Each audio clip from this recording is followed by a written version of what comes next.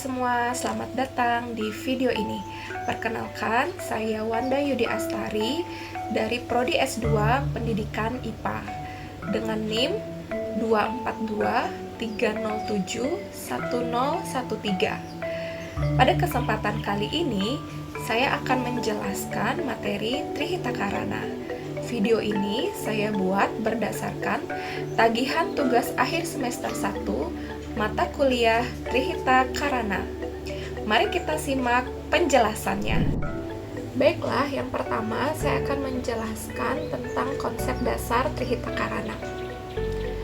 Trihita Karana berasal dari 3 kata, yaitu tri yang berarti 3, kemudian hita yang artinya harmoni atau sejahtera, dan karana yang artinya penyebab atau sumber. Berdasarkan arti kata-kata tersebut dapat didefinisikan sebagai 3 sumber atau penyebab terwujudnya kesejahteraan, kedamaian, dan keharmonian dalam kehidupan. Secara hakiki, Trihita Karana memberi makna sebagai konsep harmoni dan kebersamaan. Adapun yang dimaksudkan dengan 3 penyebab tersebut adalah adanya keharmonisan antara hubungan antara manusia dengan Tuhan atau yang dikenal dengan parahyangan.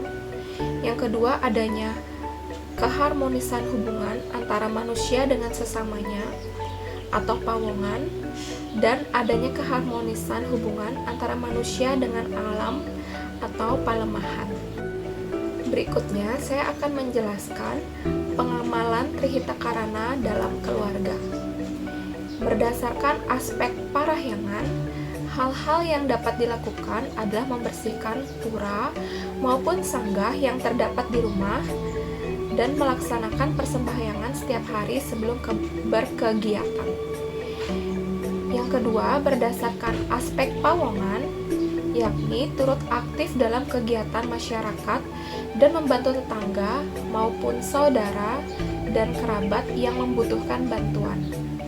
Yang ketiga, berdasarkan aspek palemahan, yakni bisa dilakukan melalui pembuatan apotek hidup di lingkungan rumah dan menyayangi hewan peliharaan yang ada di rumah.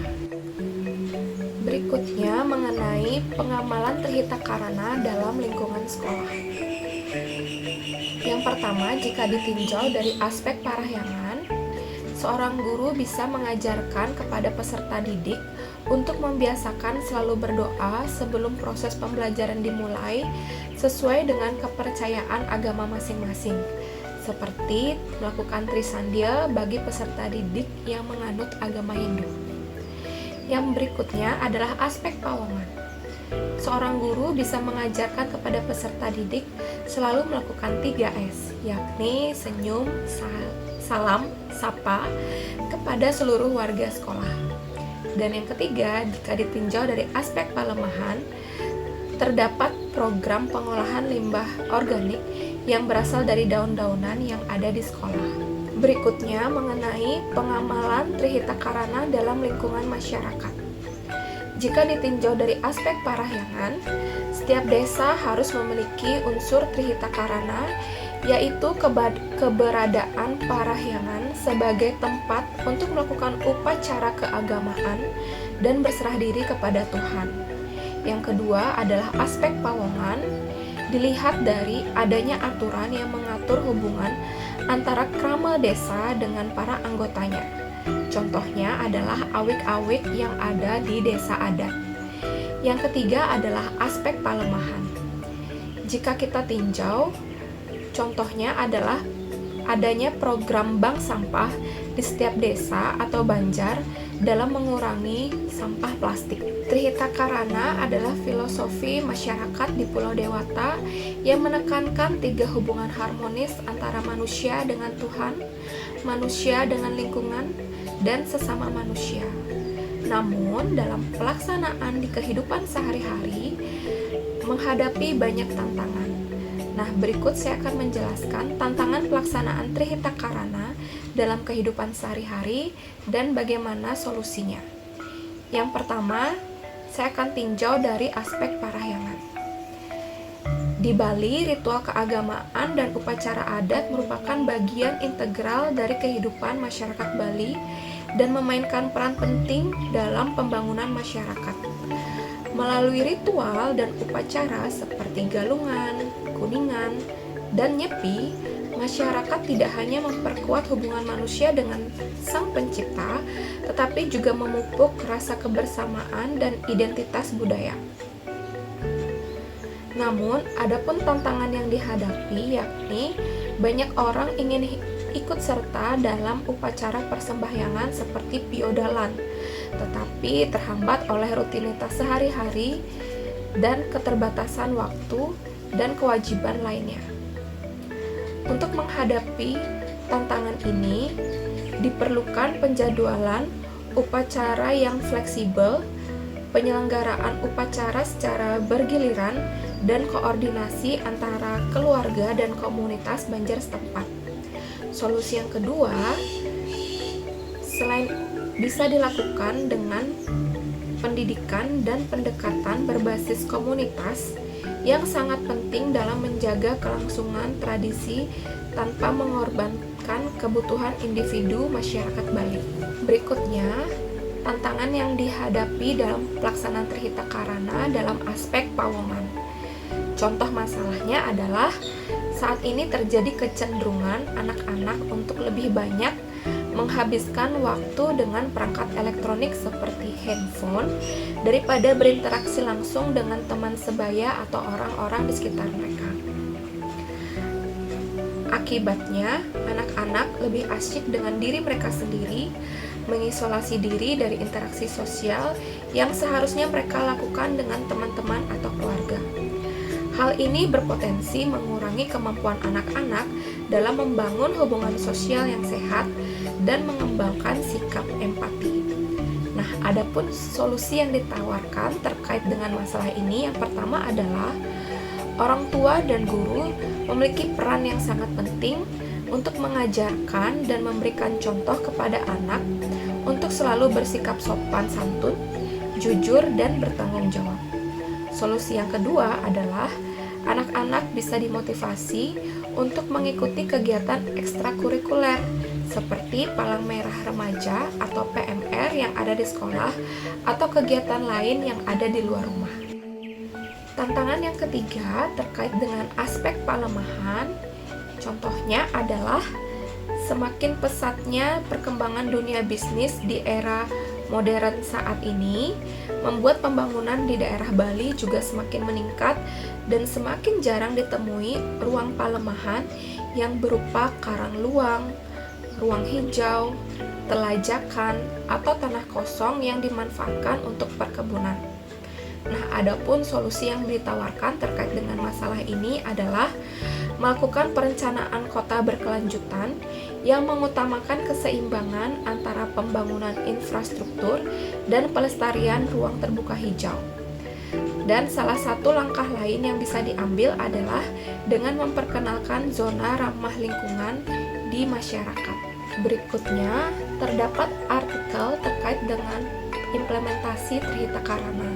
Di sini saya akan menelaah artikel yang berjudul Implementation Model of the Trihita Karana Concept in the Media Promotion of Tourism in Bali, Indonesia.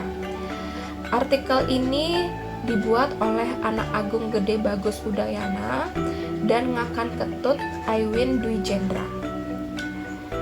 Dari artikel ini saya telah baca dan berikutnya saya akan analisis. Yang pertama adalah penelitian ini dilatar belakangi oleh konsep Trihita Karana sebagai konsep filosofi dasar masyarakat Bali yang belum banyak digunakan dalam mempromosikan pariwisata di Bali. Padahal konsep Trihita Karana dapat diaplikasikan dalam media promosi. Berikutnya, penelitian tersebut bertujuan untuk memberikan pemahaman terhadap 3 hal, yakni konsep Trihita Karana, yang kedua adalah media promosi, dan yang ketiga adalah kiat-kiat merancang media promosi pariwisata berbasis konsep Trihita Karana. Adapun hasil dari penelitian ini, yang pertama adalah Makna yang terkandung dalam konsep Trihita Karana dalam mempromosikan Bali itu memegang peranan penting dalam memberikan penyadaran kepada seluruh pihak yang bergerak di bidang pariwisata Bali agar berpikir untuk menjaga keseimbangan antara bisnis dan tampilan visual media promosi dengan lingkungan sekitar sehingga tercipta keharmonisan bisnis dan budaya. Kita tahu saat ini kita hidup di era modernisasi teknologi. Nah, saya akan menjelaskan bagaimana peran Trihita Karana dalam menciptakan keseimbangan antara pembangunan dan pelestarian lingkungan.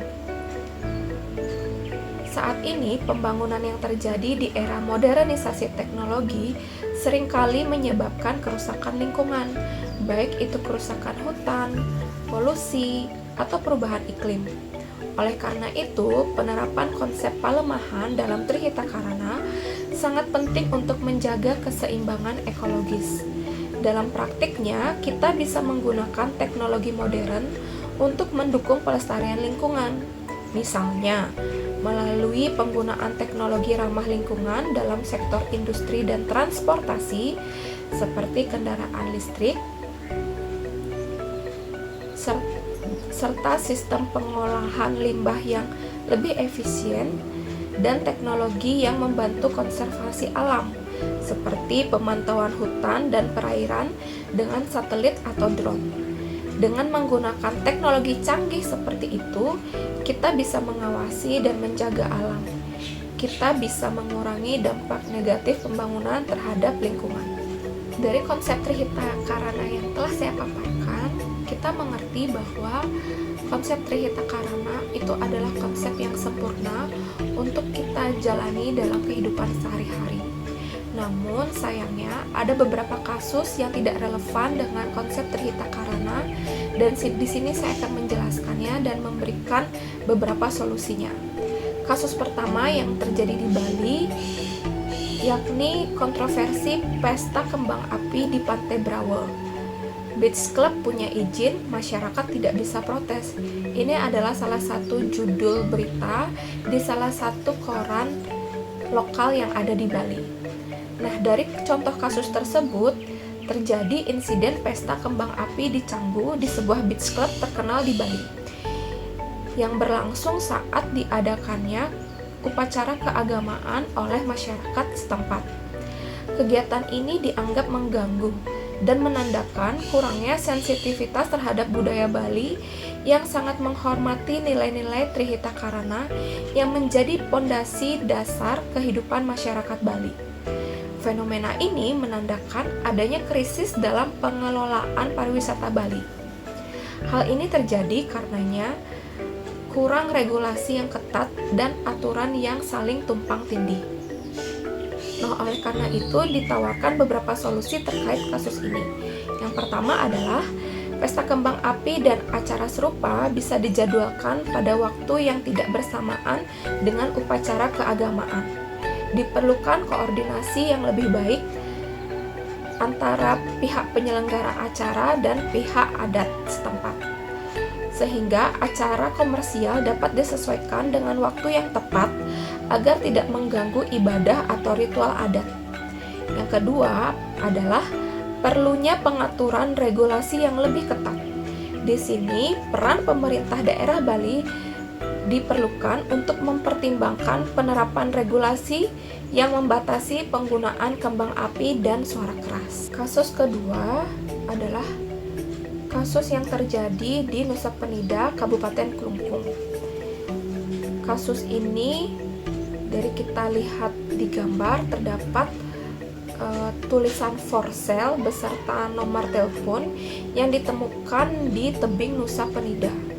Dari kasus ini kita tahu bahwa ini bukan hanya contoh vandalisme, tetapi juga simbolisasi bagaimana tanah Bali dan kekayaan alamnya dipandang sebagai komoditas yang bisa diperjualbelikan tanpa mempedulikan nilai spiritual dan ekologis yang melekat di dalamnya.